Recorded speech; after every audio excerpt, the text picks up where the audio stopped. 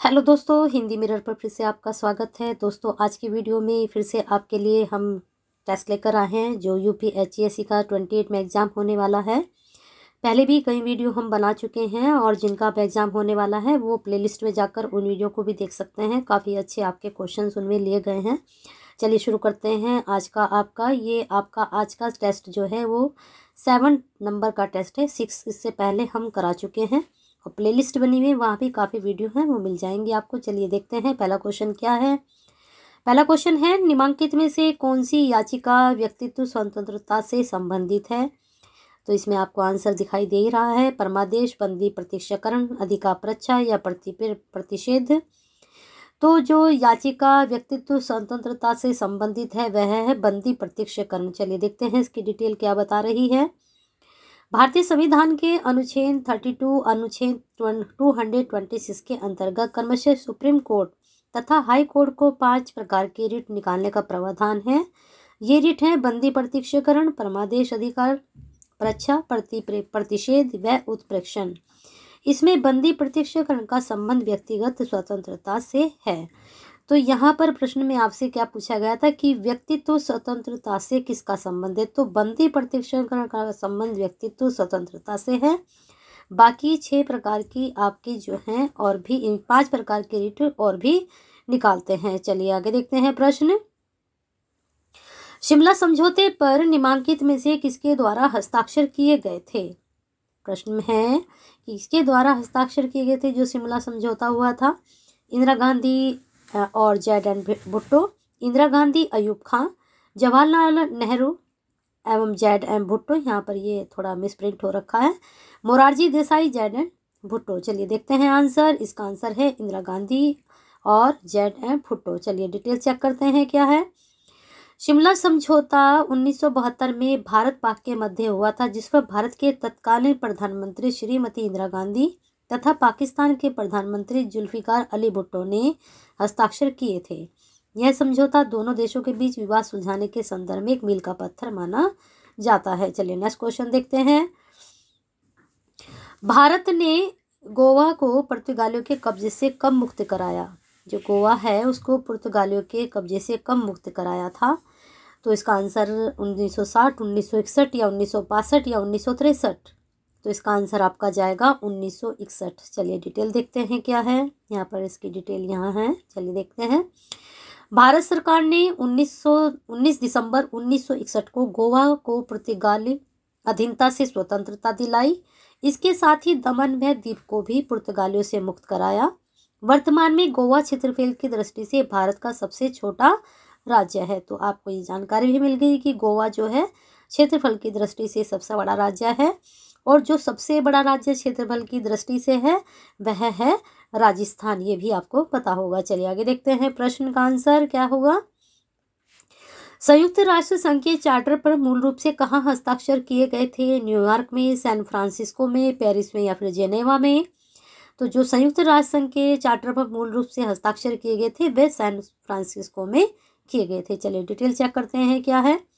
संयुक्त राष्ट्र संघ के चार्टर पर सदस्य देशों द्वारा 26 जून 1945 को हस्ताक्षर किए गए थे। यह हस्ताक्षर अमेरिकी शहर सैन फ्रांसिस्को में किया गया। यह 24 अक्टूबर 1945 को लागू हुआ। वर्तमान में यूएनओ के 193 सदस्य देश हैं और ये प्रश्न आपके एग्जाम में भी बन सकता है। बहुत इंपॉर्टेंट प्रश्न है, इसको नोट डाउन जरूर करें।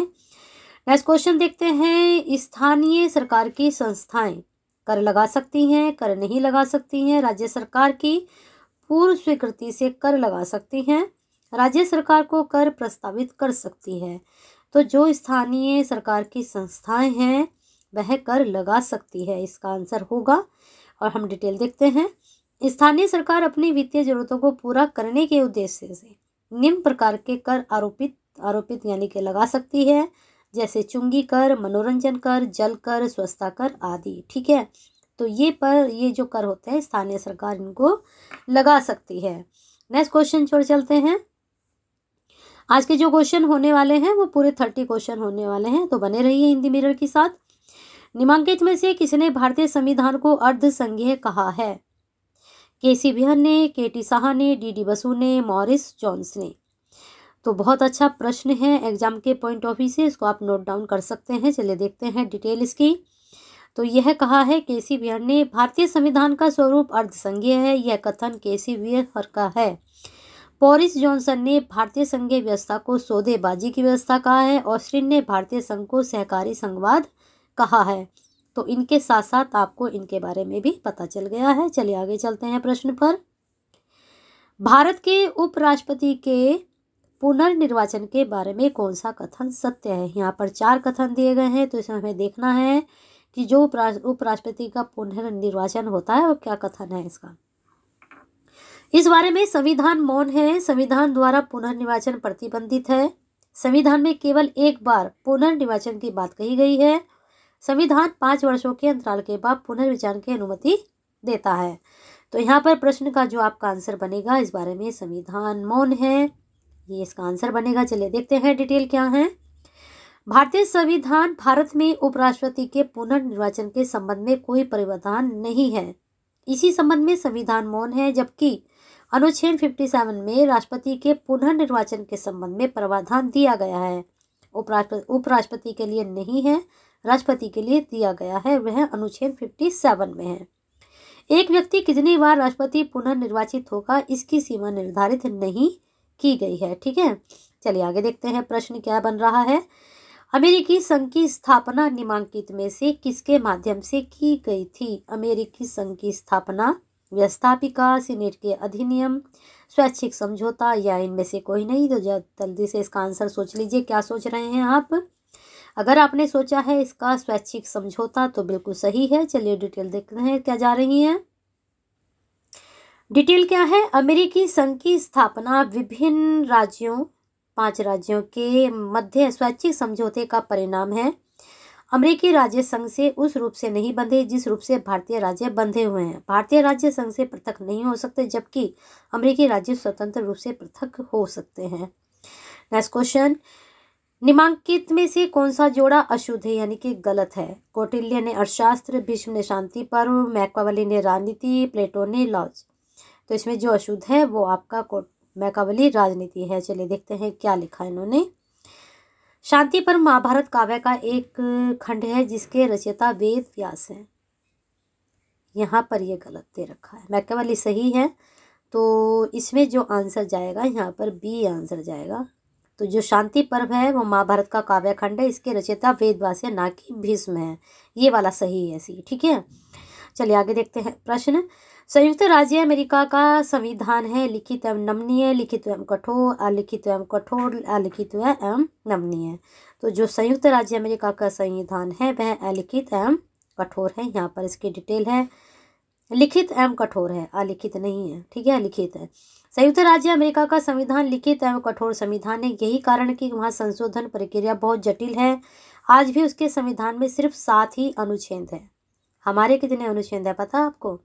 भारतीय संविधान लिखित एवं नमनीय होने के कारण उसमें संशोधन होते रहते हैं। भारतीय संविधान वर्तमान में लगभग 450 अनुच्छेद, मूल में कितने थे? 395। और उसमें भाग भी आपको याद करने हैं, कितने भाग हैं, कितनी अनुसूची हैं, ये भी आपको याद करना है। ठीक है, प्रश्न यहाँ से भी आपके बनेंगे। चलिए नेक्स्ट क्वेश्चन देखते हैं। अनुपातिक प्रतिनिधित्व की पद्धति विशेष उपयोगी है कहाँ? एक दलीय व्यवस्था के लिए, द्विदलीय व्यवस्था के लिए, बहुदलीय व्यवस्था के लिए, दल विहलन व्यवस्था के लिए।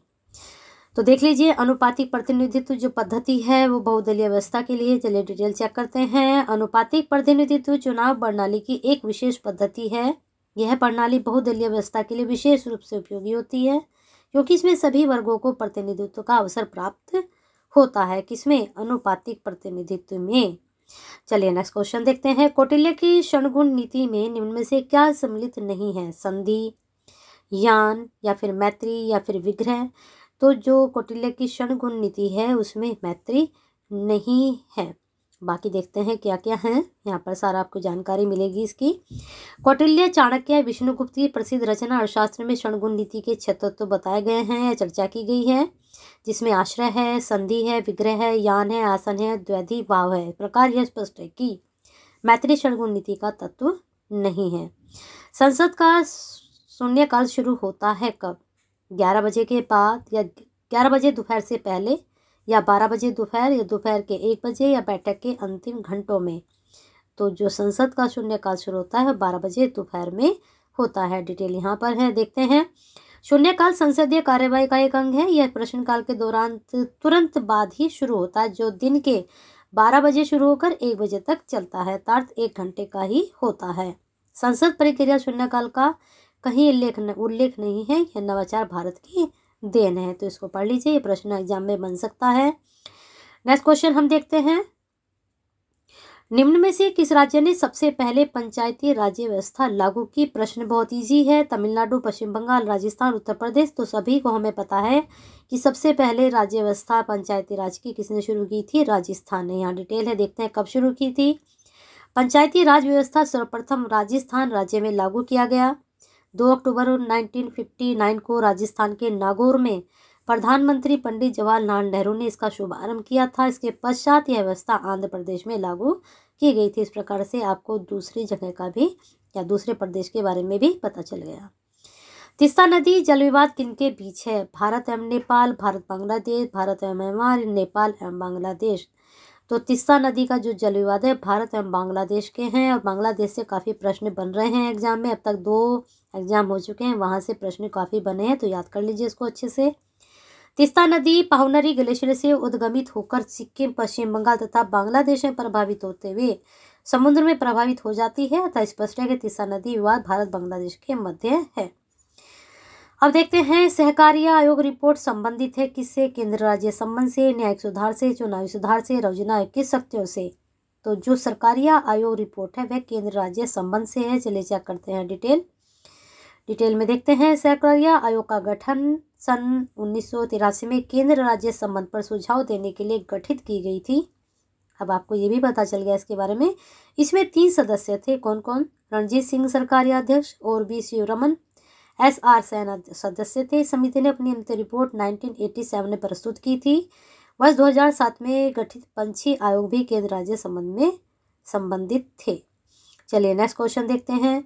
भारत के सर्वोच्च न्यायालय के निम्नलिखित में से कार्य क्या हैं? देखते हैं। नागरिकों के मौलिक अधिकारों की रक्षा करना, न्यायिक पुनरावलोकन का कार्य करना, दंडित व्यक्तियों को क्षमा देना, राज्यों के बीच तथा राज्य और केंद्र के बीच उत्पन्न विवादों का निर्णय करना। चलिए पहले कूट चेक करते हैं क्या जा रहे हैं। 1 2 3 सही है, 1 3 सही है, 1 2 4 सही है, 3 और 4 सही है। तो इसमें आपका पहला सही है, दूसरा सही है और चौथा सही है। लेकिन दंडीय व्यक्तियों को क्षमा देना ये इसका अधिकार में नहीं होता है। ये किसके अधिकार में होता है? चलिए देखते हैं।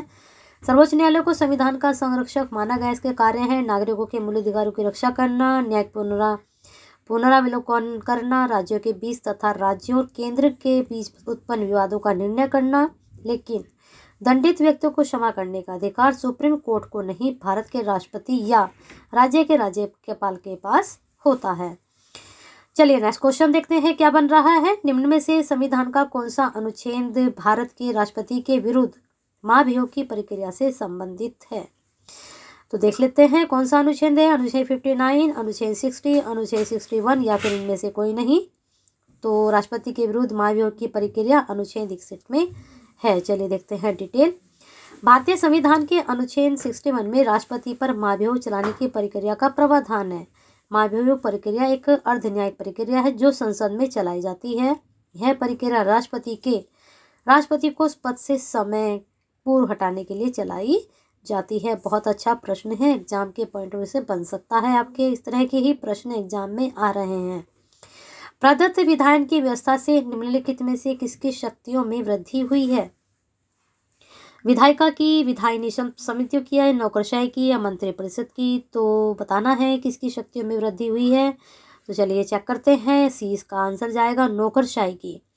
प्रदत्त विधायन की व्यवस्था नौकरशाही की शक्ति में वृद्धि करता है। विधायिका विधि का निर्माण करती है जिसका कार्यान्वयन प्रशासक नौकरशाह करवाना सुनिश्चित करते हैं। चलिए नेक्स्ट क्वेश्चन पर चलते हैं। 20 पर 30 हमारे होने हैं।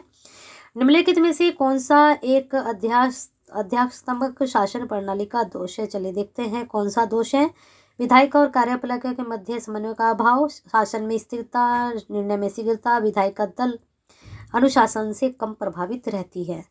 तो इसमें जो आपका आंसर जाएगा विधायिका और कार्यपालिका के मध्य समन्वय का अभाव, ये इसके प्रणाली का दोष है। देखते हैं, अध्यक्षीय शासन प्रणाली की व्यवस्था में कार्यपालिका व्यवस्था से पृथक होती है, जिस कारण उनके बीच समन्वय का अभाव पाया जाता है। जो प्रकार का दोष है, यह प्रणाली अमेरिका, ब्राजील आदि देशों में लागू है। प्रश्न अच्छा है, बन सकता है एग्जाम में।